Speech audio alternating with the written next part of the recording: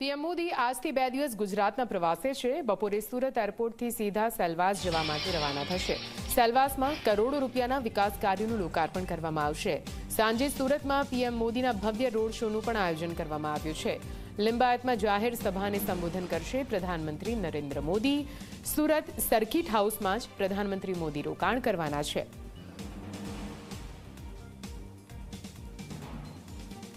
તો આપને જણાવી દઈએ, સેલવાસ પહોંચ્યા છે પ્રધાનમંત્રી નરેન્દ્ર મોદી। આજથી 2 દિવસની ગુજરાતના પ્રવાસે પ્રધાનમંત્રી નરેન્દ્ર મોદી આજે તેમનો પ્રથમ દિવસ છે। સાંજે તેઓ સુરત પહોંચશે અને ત્યાં ભવ્ય રોડ શોનું પણ આયોજન કરવામાં આવ્યું છે। લિંબાયતમાં જાહેર સભાને સંબોધન કરવાના છે પ્રધાનમંત્રી નરેન્દ્ર મોદી। આ તરફ સુરતમાં પ્રધાનમંત્રી નરેન્દ્ર મોદીના આગમનની તડામાર તૈયારીઓ કરવામાં આવી રહી છે। જી હા, પ્રધાનમંત્રીના કાર્યક્રમ માટે સ્ટેજ થયું છે તૈયાર। પ્રધાનમંત્રીના આગમન પહેલા સુરતને સજાવવામાં આવ્યું છે। શહેરના સર્કલની થીમ પર સજાવવામાં આવ્યા છે। આજે સાંજે સુરતમાં પીએમનો ભવ્ય રોડ શો યોજાવા જઈ રહ્યો છે। સાથે સાથે સભાનું પણ આયોજન કરવામાં આવ્યું છે। તેને લઈને તૈયારીઓ પૂરી। વધુ માહિતી સાથે સંવાદદાતા ચેતન સુરતથી જોડાઈ ગયા છે। સીધા તમને સુરત લઈ જઈએ। ચેતન, પ્રધાનમંત્રી નરેન્દ્ર મોદી આજે સુરત આવવાના છે, સેલવાસ પહોંચી ગયા છે। સુરતમાં કેટલા વાગે તેઓ આવશે અને ત્યાં આગળ કયા પ્રકારનો કાર્યક્રમ છે, અને એ પણ જણાવો કે પ્રધાનમંત્રી નરેન્દ્ર મોદી ફરી એકવાર સુરત આવી રહ્યા છે। દુલ્હનની જેમ સુરતને ફરી એકવાર સજાવ્યું હશે।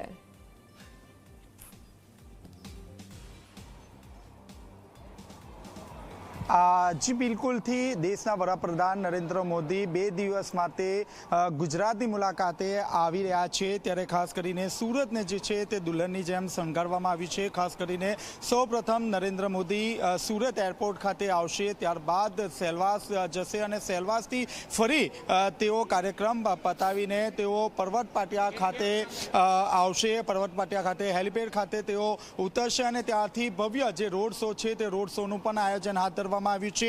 નીલગિરી ગ્રાઉન્ડ ખાતે એક જાહેર સભાનું પણ આયોજન હાથ ધરવામાં આવ્યું છે। તે પહેલા 3 કિલોમીટરનો જે રોડ શો છે તે રોડ શોમાં વડાપ્રધાન નરેન્દ્ર મોદી ભાગ લેશે। આપ જોઈ શકો છો, એક પછી એક તમામ જે ડિગ્નિટી છે, તમામ જે ઉચ્ચ અધિકારીનો જે કાફલો છે તે સુરત એરપોર્ટ ખાતે આવી રહ્યા છે। વડાપ્રધાન નરેન્દ્ર મોદી જ્યારે સુરત આવી રહ્યા છે ત્યારે ખાસ કરીને સુરતમાં તેમનો ભવ્ય જે સ્વાગત છે તે સ્વાગત કરવામાં આવશે। આપ જોઈ શકો છો, ભાજપના જે પ્રમુખ છે CR પાટીલ, તેઓ પણ એરપોર્ટ ખાતે આવી ગયા છે। ટૂંક સમયમાં વડાપ્રધાન નરેન્દ્ર મોદી સુરત એરપોર્ટ ખાતે પહોંચશે ત્યારે આ તમામ જે ભાજપના ટોચના જે નેતાઓ છે તેમના દ્વારા વડાપ્રધાન નરેન્દ્ર મોદીનું ભવ્ય સ્વાગત કરવામાં આવશે। આપ જોઈ શકો છો, સુરત શહેરના નવા પ્રમુખ પરેશ પટેલ પણ સુરત એરપોર્ટ ખાતે આવી પહોંચ્યા છે। તમામ જે ધારાસભ્યો છે તેઓ પણ સુરત એરપોર્ટ ખાતે આવી પહોંચ્યા છે। સુરત શહેરના મેયર દક્ષેશ માવાણી પણ સુરત એરપોર્ટ ખાતે આવી પહોંચ્યા છે। ત્યારે આપ જોઈ શકો છો, CR પાટીલ પણ પોતાનો જે કાફલો છે તે કાફલાને લઈને તેઓ સુરત એરપોર્ટ ખાતે આવી પહોંચ્યા છે। CR પાટીલની સાથે સુરત શહેરના નવા જે પ્રમુખ છે તે પણ આવી ગયા છે। આપણી સાથે CR પાટીલ જોડાયા છે। જી સર, વડાપ્રધાન નરેન્દ્ર મોદી સુરત આવી રહ્યા છે, શું કહેશો? માનનીય પ્રધાનમંત્રી શ્રી નરેન્દ્ર મોદી સાહેબ 2 દિવસના દક્ષિણ ગુજરાતના પ્રવાસમાં છે। આજે સુરત લેન્ડ કરીને સેલવાસ દમણના એ કાર્યક્રમમાં જશે અને ત્યાંથી સીધા લિંબાયતના કાર્યક્રમમાં સુરતમાં આવશે। દિવ્યાંગ ભાઈ બહેનોને અને આના કુટુંબીજનોની ચિંતા કરવા માટે પહેલીવાર કોઈ પ્રધાનમંત્રીએ આ યોજનાનો લાભ આપવા માટે આ પહેલો પ્રયોગ અને શરૂઆત આજે કરી રહ્યા છે। દિવ્યાંગ ભાઈ બહેનોની જરૂરિયાતને પૂર્ણ કરવા માટે એમણે આજે સફળ પ્રયત્ન કર્યો છે। એના માટે હું એમનો ખૂબ ખૂબ આભાર માનું છું અને સૌ દિવ્યાંગ ભાઈ બહેનોને અભિનંદન આપું છું કે એમની પણ ચિંતા કરવાવાળા કોઈક નેતા આ દેશને મળ્યા છે। આવતીકાલે નવસારીમાં મોદી સાહેબનો કાર્યક્રમ છે। નવસારીમાં પણ લગભગ જે લખપતિ દીદીઓ છે એવી 1 લાખ બહેનો સાથે મોદી સાહેબ સંવાદ કરશે। કાલના કાર્યક્રમની વિશેષતા છે કે કાલે મહિલા દિવસ છે અને મહિલા દિવસને દિવસે લગભગ 1 લાખ બહેનો સાથેનો સંવાદ, અને એની વિશેષતા છે કે એમાં પણ લગભગ 2600 જેટલા પોલીસ અધિકારી કર્મચારી આ બધી જ મહિલા છે। એટલે આખા દેશમાં પહેલો એવો કાર્યક્રમ રહેશે કે જ્યાં 1 લાખ મહિલાઓ હશે જે લખપતિ દીદીઓ છે અને એના એમના રક્ષણ માટે, એના બંદોબસ્ત માટે પણ મહિલા જ કર્મચારીને અધિકારીઓ એમાં જોડાવાના છે. સર, આજે રાહુલ ગાંધી પણ ગુજરાતની મુલાકાત. સર, સુરત ખાતે લોકોમાં અનેરો ઉત્સાહ જોવા મળી રહ્યો છે વડાપ્રધાન જ્યારે આવનાર છે ત્યારે. સ્વાભાવિક છે, મોદી સાહેબની જે લોકપ્રિયતા, એમના પ્રત્યેનો વિશ્વાસ, એમના પ્રત્યેનો આદર એ આપણને દરેક વખતે જોવા મળે છે. સુરતના સૌ ભાઈ બહેનો એમને અપાર પ્રેમ આપે છે, અપાર વિશ્વાસ બી એમનામાં કરે છે ને સ્વાભાવિક એમના વિઝિટ વખતે એમનામાં અનેરો ઉત્સાહ જોવા મળતો હોય છે. કાર્યકર્તાઓમાં બી થનગનાટ છે.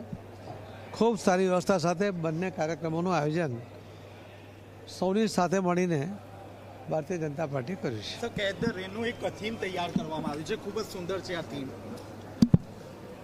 કેચ ધ રેનનું એક ગીત એ કદાચ આજે અમે એને વગાડવાનો પ્રયત્ન ત્યાં કાર્યક્રમમાં કરીશું અને કેચ ધ રેન માટેનો એક કાર્યક્રમ અમે કાલે પણ મોટો કરવાના છે. તો આ હતા ભાજપના પ્રમુખ CR પાટીલ. તેઓ સુરત એરપોર્ટ ખાતે આવી પહોંચ્યા છે. આપ જોઈ શકો છો ભાજપના જે ટોચના જે નેતાઓ છે તે નેતાઓ હાલ સુરત એરપોર્ટ ખાતે આવી પહોંચ્યા છે. ટૂંક જ સમયમાં જે દેશના વડાપ્રધાન નરેન્દ્ર મોદી સુરત એરપોર્ટ ખાતે આવી પહોંચશે, ત્યારબાદ હેલિકોપ્ટર મારફતે તેઓ સેલવાસ ખાતે પહોંચશે અને સેલવાસનો જે કાર્યક્રમ છે તે પતાવીને ફરીથી સુરત ખાતે આવી પહોંચશે. જી બિલકુલથી પૂરી માહિતી માટે આભાર ચેતન. તો વતનમાં પ્રધાનમંત્રી નરેન્દ્ર મોદી ફરી એકવાર આવી રહ્યા છે. 2 દિવસના તેમના પૂરા આ પ્રવાસનું આયોજન છે. 2 દિવસમાં ઘણા બધા કાર્યક્રમો કરવાના છે. સુરતમાં ખાસ કરીને સભા અને સંબોધન સાથે સાથે ભવ્ય રોડ શોનું પણ આયોજન કરાયું છે. બપોરે 4:30 વાગ્યાના અરસામાં દેશના વડાપ્રધાન નરેન્દ્ર મોદી સુરત ખાતે પહોંચશે.